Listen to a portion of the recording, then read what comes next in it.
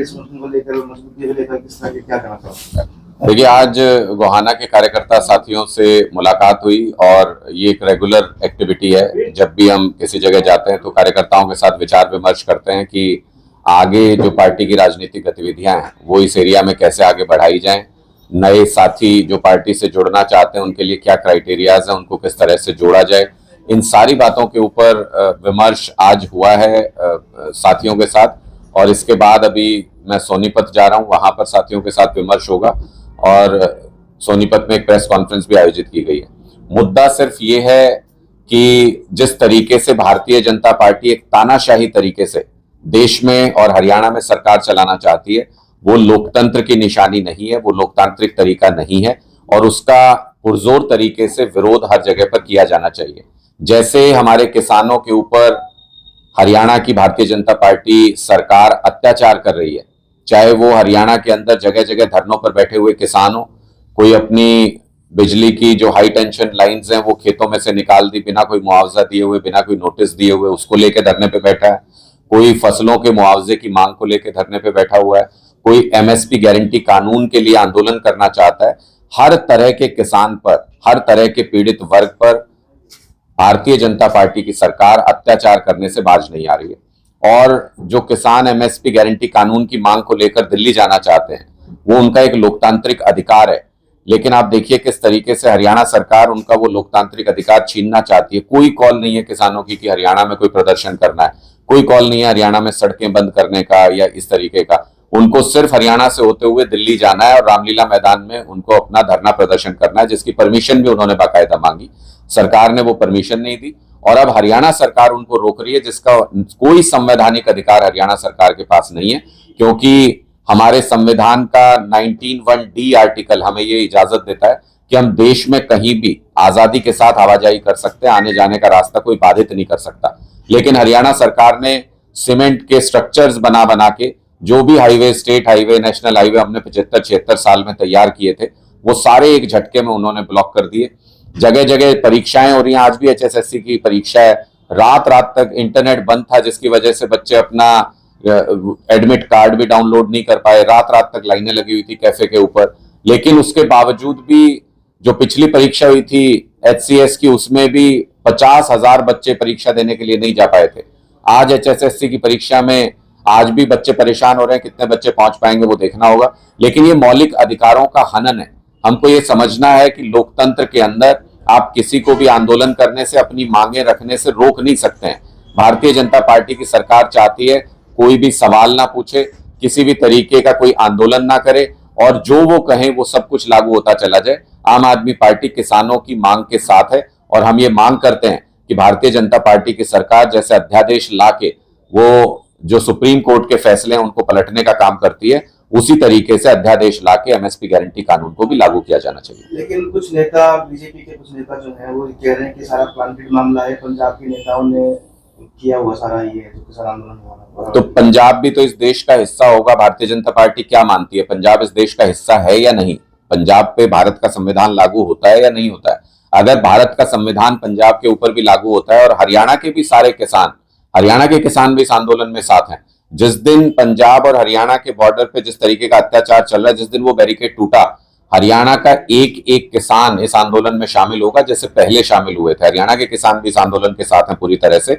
हमारा सवाल सिर्फ इतना है कि भारतीय जनता पार्टी के नेताओं को, भारतीय जनता पार्टी की सरकार को यह अधिकार किसने दिया कि अगर कोई लोकतांत्रिक तरीके से, शांतिपूर्ण तरीके से अपना प्रदर्शन करने आना चाहता है, आंदोलन करने आना चाहता है, तो उनको रोकने का क्या अधिकार भारतीय जनता पार्टी के पास है?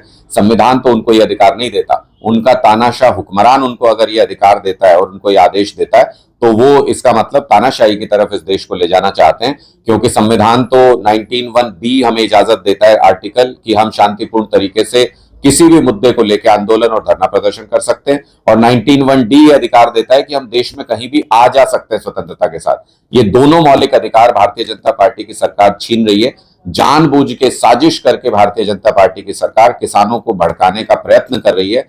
जिस तरीके से पैलेट गन का इस्तेमाल किया जा रहा है, कोई अपने ही लोगों के ऊपर कभी पैलेट गन, रबड़ बुलेट्स, जिस तरीके से ड्रोन से आंसू गैस के गोले गिराए जा रहे हैं, वो भी एक्सपायर्ड डेट के गोले गिराए जा रहे हैं। कल को आप रिकॉर्ड मांगेंगे तो वो कहेंगे देखो रिकॉर्ड में तो 50 गोले गिराए गए, जबकि हजारों की संख्या में आंसू गैस के गोले चलाए गए हैं बॉर्डर के ऊपर।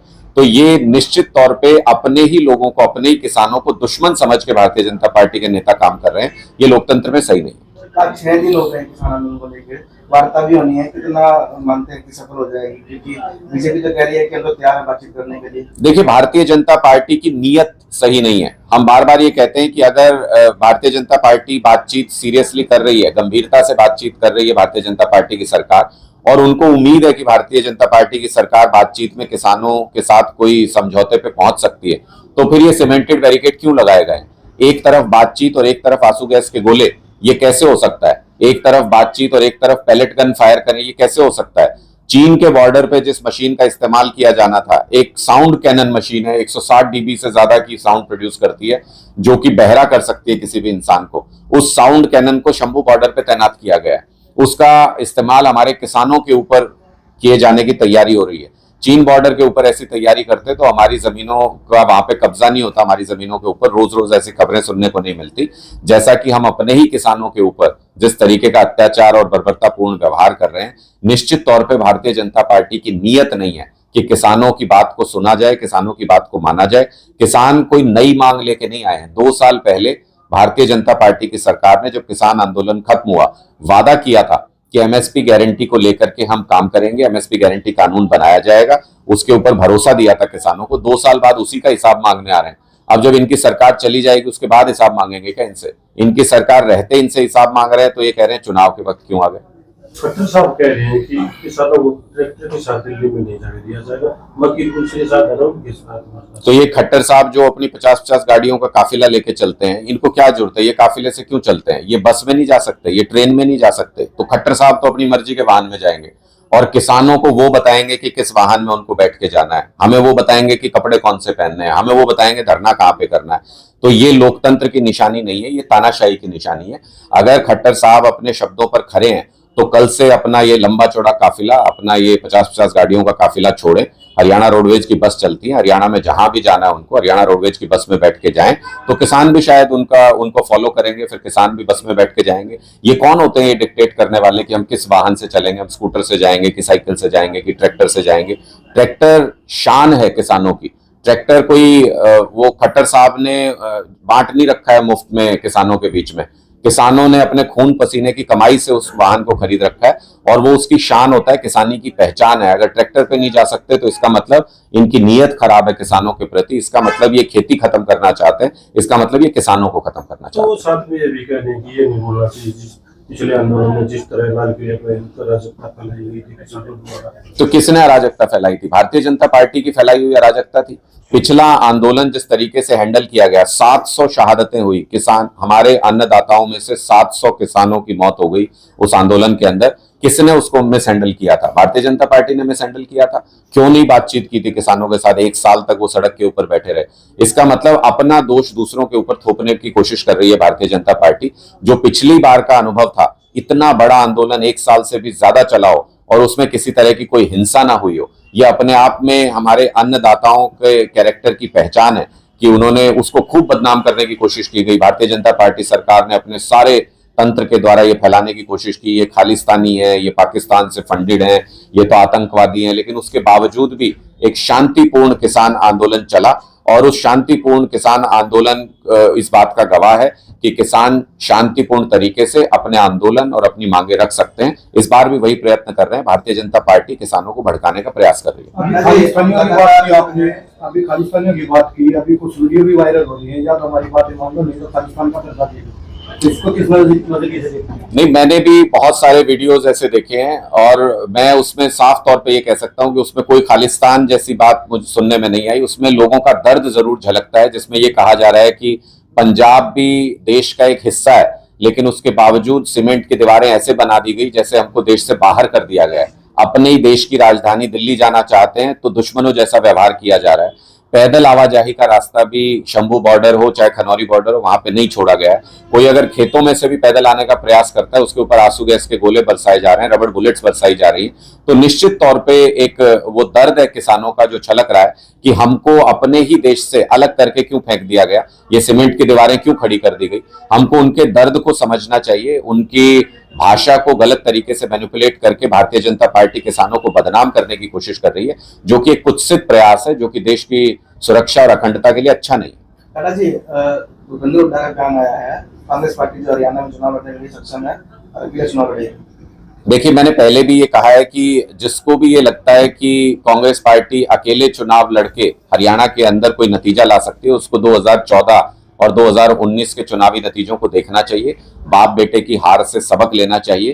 कांग्रेस पार्टी अकेले हरियाणा के अंदर भारतीय जनता पार्टी का मुकाबला नहीं कर सकती, ये आज की सच्चाई है। आम आदमी पार्टी एक मजबूत संगठन इस वक्त हरियाणा के अंदर बन चुकी है। अगर इंडिया गठबंधन की छतरी के तहत मिलकर चुनाव लड़ेंगे तो निश्चित तौर पे हरियाणा में भारतीय जनता पार्टी को हराया जा सकता है। कुछ लोगों को हो सकता है कि भारतीय जनता पार्टी के बहुत सारे प्लांट हैं कांग्रेस के अंदर, कुछ लोगों को हो सकता है इस बात की सुपारी दी गई हो कि किसी भी तरीके से गठबंधन ना होने दिया जाए। बहुत सारे नेता इस प्रयास में लगे हुए हैं, वो शुभ चिंतक कतई नहीं हो सकते हैं। वो कांग्रेस पार्टी को खत्म करने के और भारतीय जनता पार्टी के एजेंडे को आगे बढ़ाने वाले नेता हैं। ये लोगों को खुद समझने की बात है कि कौन ऐसा व्यक्ति है जो इस गठबंधन का पुरजोर विरोध कर रहा है, जो इस गठबंधन को होते हुए देखना नहीं चाहता और जो हरियाणा में भारतीय जनता पार्टी को हराना नहीं चाहता। ऐसा कोई नेता अगर है तो लोग उसको पहचान लेंगे और उसको सबक सिखाएंगे। केजरीवाल को लगातार ईडी की जो है सम्मान मिल रहे हैं, उसका जवाब नहीं दिया जा रहा, उसको लेकर भी किस तरह? देखिए, ये सारे गैर कानूनी सम्मन है। हम कोर्ट के माध्यम से हम ये बात भी कोर्ट के अंदर रखेंगे कि किस तरीके से गैर कानूनी सम्मन है, जिसमें ये नहीं बताया जाता कि